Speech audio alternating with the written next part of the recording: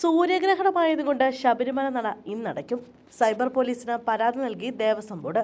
ശബരിമല നട ഇന്നടയ്ക്കുമെന്ന വ്യാജ പ്രചാരണത്തിൽ ദേവസ്വം ബോർഡ് സൈബർ പോലീസിന് പരാതി നൽകി.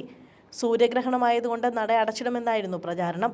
സോഷ്യൽ മീഡിയയിൽ പ്രചരിക്കുന്നത് 2 വർഷം മുമ്പുള്ള വാർത്തയാണെന്നും അത് പ്രചരിപ്പിക്കുന്നവർക്ക് സ്ഥാപിത താൽപ്പര്യമുണ്ടെന്നും ദേവസ്വം ബോർഡ് ആരോപിച്ചു. മണ്ഡലപൂജ ദിവസം എത്തുന്ന ഭക്തരെ ആരെയും തിരിച്ചുവിടില്ല. സ്പോട്ട് ബുക്കിംഗ് നിയന്ത്രണമുണ്ടെങ്കിലും പരമാവധി ഭക്തരുടെ ദർശനമാണ് കോടതിയും ആഗ്രഹിക്കുന്നത്.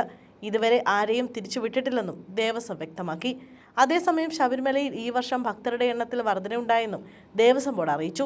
ഭക്തരുടെ എണ്ണം തിങ്കളാഴ്ച മാത്രം 1 ലക്ഷം കവിഞ്ഞിരുന്നു. 1,06,621 ഭക്തരാണ് തിങ്കളാഴ്ച ദർശനം നടത്തിയത്. സീസണിലെ റെക്കോർഡ് തിരക്കാണിത്. സ്പോട്ട് ബുക്കിംഗ് വഴി 22,769 പേരും പുൽമേട് വഴി 5,175 പേരുമാണ് എത്തിയത്. നാളെ വെർച്വൽ ക്യൂ വഴി 50,000 പേർക്കായിരിക്കും ദർശനം ലഭിക്കുക. എന്നാൽ 26-ന് 10,000 പേരെ അധികമായി അനുവദിക്കും.